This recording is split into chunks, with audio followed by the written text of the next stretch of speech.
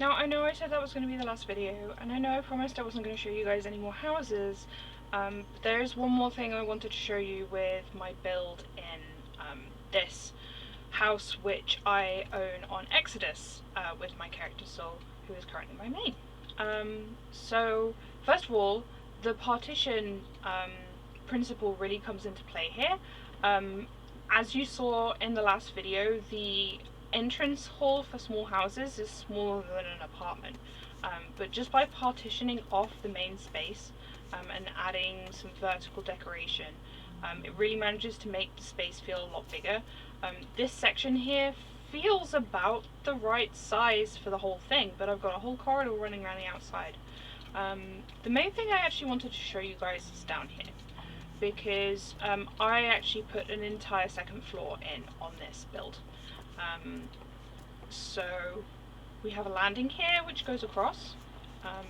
The only thing I wasn't sure how to fix on this build, and I'm still trying to puzzle it out, is how to make that less of a burning eternal sun without having to turn the whole lighting down for the entire build. I might just have to turn it all down and try and find some space in the item limit. But you'll also notice that I've added a ton of windows into this build to make sure that these spaces, which aren't that tall and aren't that spacious, don't feel overly cramped. Or at the very least, if they do, it's more because they feel cozy.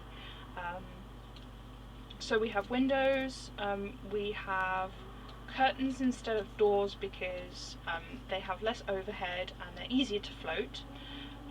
We have different wallpapers, and we have different floor colours as well, which also helps. Wall decoration, even if it's in the form of a giant frickin' fish tank, manages to break up the appearance of long corridors.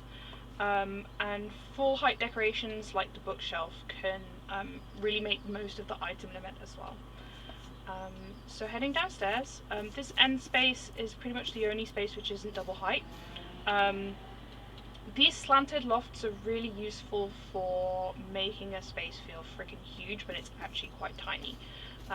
This space is the same size, 2 partitions wide, as the space that I showed you guys before in the previous house with all the sofas and the cushions downstairs, but it feels bigger because I put a slanted wall in, and to be fair, it is also full length. Downstairs, we have an entire common room, and underneath the landing I also placed a kitchen.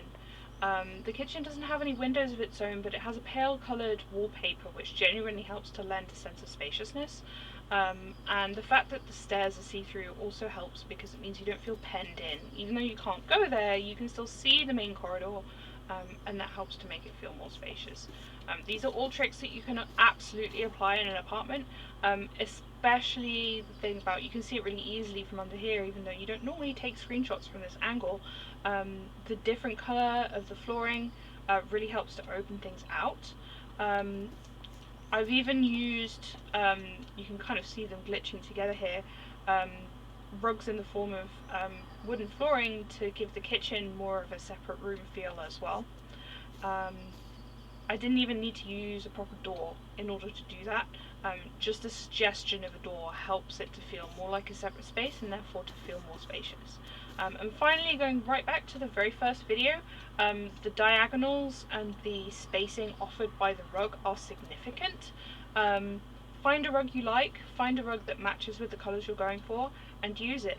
Use it as much as you can reasonably get away with, because they really help to make a space feel both cozy and open.